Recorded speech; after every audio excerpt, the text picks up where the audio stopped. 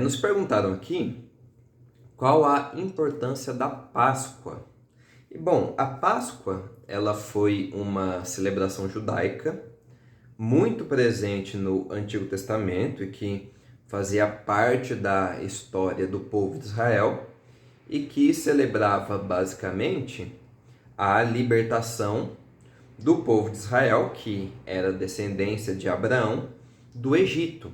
A história bíblica ela nos relata que a partir de José e dos seus irmãos, os descendentes de Abraão, que futuramente vão ser conhecidos como o povo de Israel, eles se estabelecem no Egito, só que com o passar dos anos e com a mudança dos imperadores do Egito, eles não vão mais reconhecer a importância histórica de José como um personagem relevante na história do próprio Egito e vão acabar por escravizar a descendência de José, que é esse povo.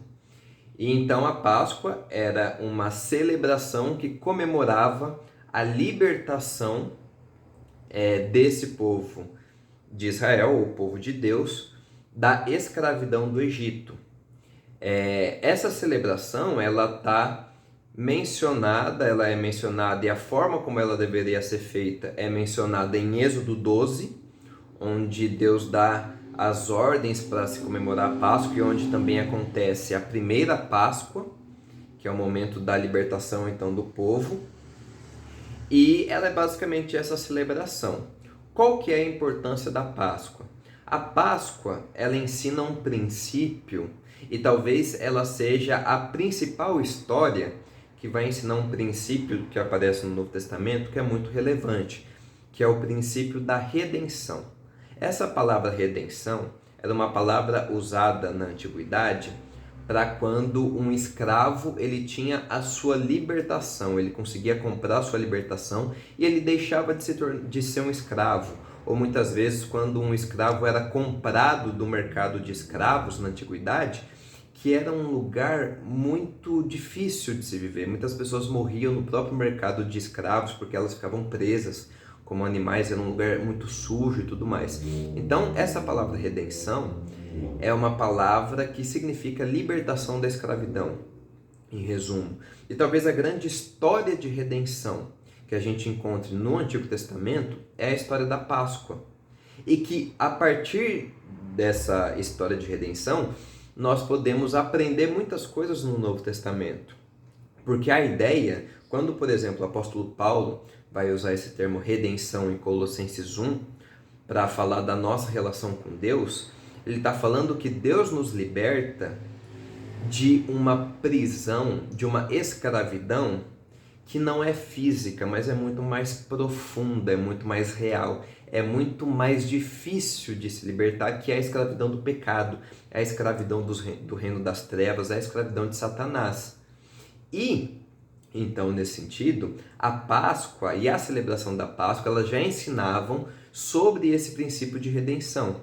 Elas já apontavam para que um dia Deus iria fazer por meio de Jesus, que é nos libertar de uma escravidão que não é física, como era a libertação do povo de Deus do Egito, mas uma escravidão espiritual, que é a escravidão ao reino das trevas, a Satanás, ao pecado. Então, a Páscoa ela ensina já esse princípio de redenção e ela, como uma celebração, também aponta para Cristo e para o que Jesus iria fazer por nós de diversas maneiras. Um exemplo muito legal que eu gosto de dar sobre a Páscoa é o fato de que na celebração da Páscoa, a primeira no Egito, o povo de Deus, os hebreus, eles deveriam passar o sangue do cordeiro que eles sacrificaram nos umbrais das portas, porque Deus falou que na 10ª praga do Egito, a história que o faraó não estava deixando o povo, os hebreus serem libertos e irem para sua terra, então Deus envia pragas para o Egito, e a 10ª praga que Deus envia é a morte dos primogênitos. Então a Bíblia vai falar que um anjo destruidor passa pelo Egito e mata todo primogênito. Quais primogênitos o anjo não mata? Todos os primogênitos que estavam nas casas que as pessoas passaram nos umbrais das portas o sangue do Cordeiro.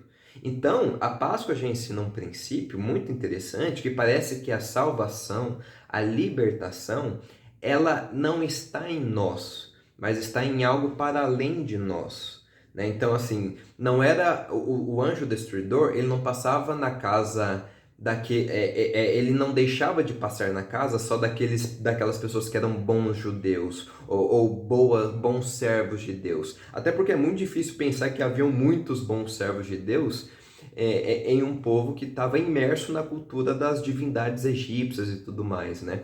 Mas quais casas o anjo não passava, o anjo destruidor não passava e matava o primogênito? Em todas que estavam com o sangue do cordeiro nas portas. Ou seja, não dependia muito do que você tinha feito ou deixado de fazer até esse momento, mas se você tinha um sangue na sua porta.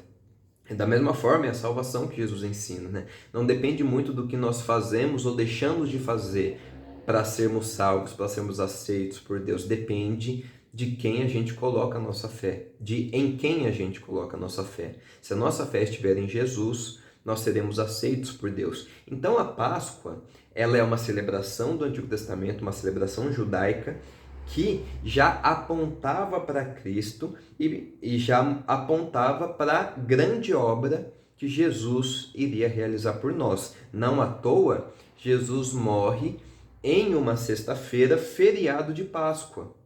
Em sua época, né? Mostrando que, de fato, aquela libertação que acontece na Páscoa do Antigo Testamento está acontecendo novamente, mas de uma forma muito mais profunda, muito mais real. É a libertação da escravidão do pecado, a libertação das trevas, a libertação de Satanás e de seus demônios, do reino das trevas. E Jesus está realizando isso por nós. Então essa é a importância da Páscoa, uma celebração judaica do Antigo Testamento que apontava já para Cristo e para o seu sacrifício na cruz por nós.